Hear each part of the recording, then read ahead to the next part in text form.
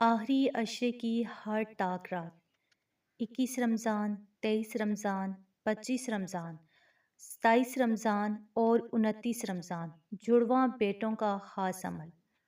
میں نے طاق راتوں میں یہ عمل کیا، 10 سال بعد اللہ نے جڑواں بیٹوں سے نوازا، الحمدللہ۔ بسم اللہ الرحمن الرحیم۔ ناظرین، سب سے پہلے میں اپنی ان تمام بے اولاد بہنوں کے لیے دعا کرتی ہوں کہ یا اللہ پاک، یہ رمضان المبارک کا آخری عشرہ شروع ہو چکا ہے، جس میں شب قدر کی بابرکت راتیں بھی شامل ہیں۔ یا اللہ، اس بابرکت عشرے اور ان راتوں کے صدقے میں وہ تمام بہنیں جو بے اولاد ہیں اور اولاد کے لیے تڑپ رہی ہیں، انہیں اولاد سے نواز دے۔ یا اللہ، جو بہنیں نرینہ اولاد کی دعائیں کر رہی ہیں اور بیٹوں کے لیے منتیں مانگ رہی ہیں، ان کی دعاؤں کو قبول فرما اور انہیں بیٹوں سے نواز۔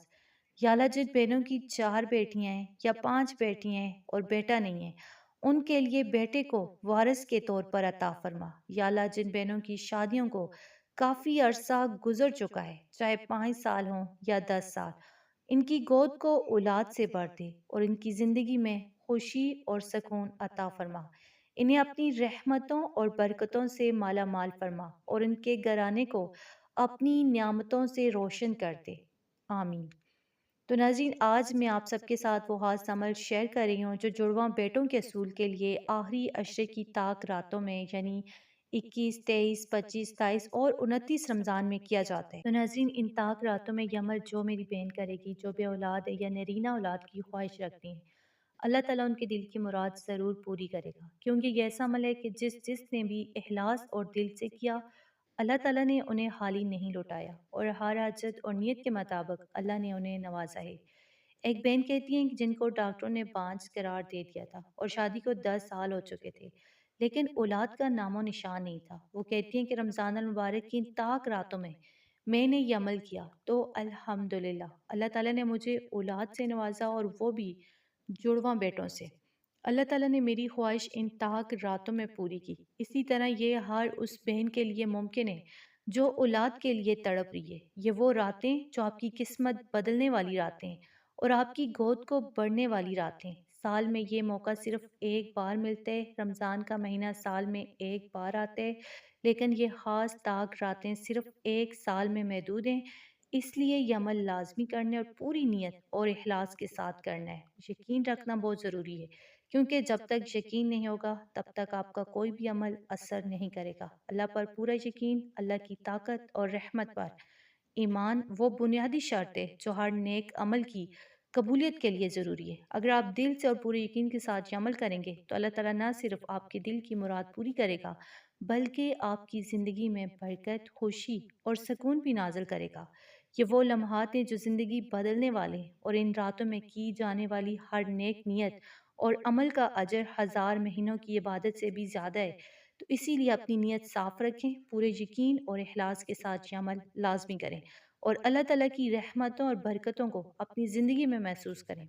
تو ناظرین، ان طاق راتوں میں جو تسبیح آپ کو پڑھنی ہے اور جو خاص عمل کرنا ہے، وہ ایسی خاص دعائیں اور تسبیحات ہیں کہ اگر آپ ان طاق راتوں میں پڑھ لیتے ہیں تو انشاءاللہ تعالیٰ اللہ پاک ضرور آپ کو جڑواں اولاد یعنی بیٹوں سے نوازے گا، کیونکہ یہ آزمایا ہوا اور ثابت شدہ عمل ہے۔ تو وہ تسبیح یہ ہے۔ پہلی دعا حضرت نوح علیہ السلام کی ہے، رب انی محلوب فانتصر، اور دوسری دعا حضرت زکریا علیہ السلام کی ہے، رب لا تذرنی فردا وانت خیر الوارثین۔ تو ناظرین، ان کا ترجمہ یہ ہے کہ پہلی دعا، اے میرے رب میں مغلوب ہوں، تو میری مدد فرما، اور دوسری دعا، اے میرے رب مجھے اکیلا نہ چھوڑ، اور تو سب سے بہترین وارث ہے، یعنی یہ اولاد کے لیے۔ تو یہ تسبیحات اللہ تعالیٰ کی مدد، رحمت اور عنایت حاصل کرنے کے لیے۔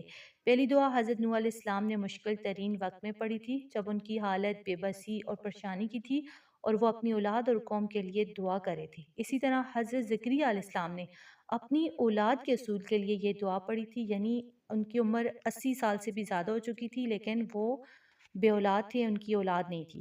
تو ناظرین، اگر آپ ان دونوں تسبیحات کو اکٹھا ملا کر پڑھتے ہیں ان طاق راتوں میں، تو اللہ تعالیٰ آپ کی حالت، بے بسی، اولاد کی تڑپ اور مشکلات کو فوراً دور فرمائیں گے اور آپ کے دل کی مراد پوری کریں گے۔ جب آپ یہ دونوں اکٹھا پڑھیں گے تو طاقت اور اثرات مزید بڑھ جائیں گے۔ تو اس لیے ان طاق راتوں میں، یعنی 21، 23، 25، 27 اور 29 رمضان میں کم از کم 1100 مرتبہ آپ نے اکٹھا ملا کر یہ دونوں دعائیں پڑھنی ہیں، اور عمل کے شروع اور آخر میں 11 مرتبہ درود ابراہیمی لازمی پڑھنا ہے تاکہ اللہ تعالیٰ کی رحمت اور برکت سے یہ عمل قبول ہو۔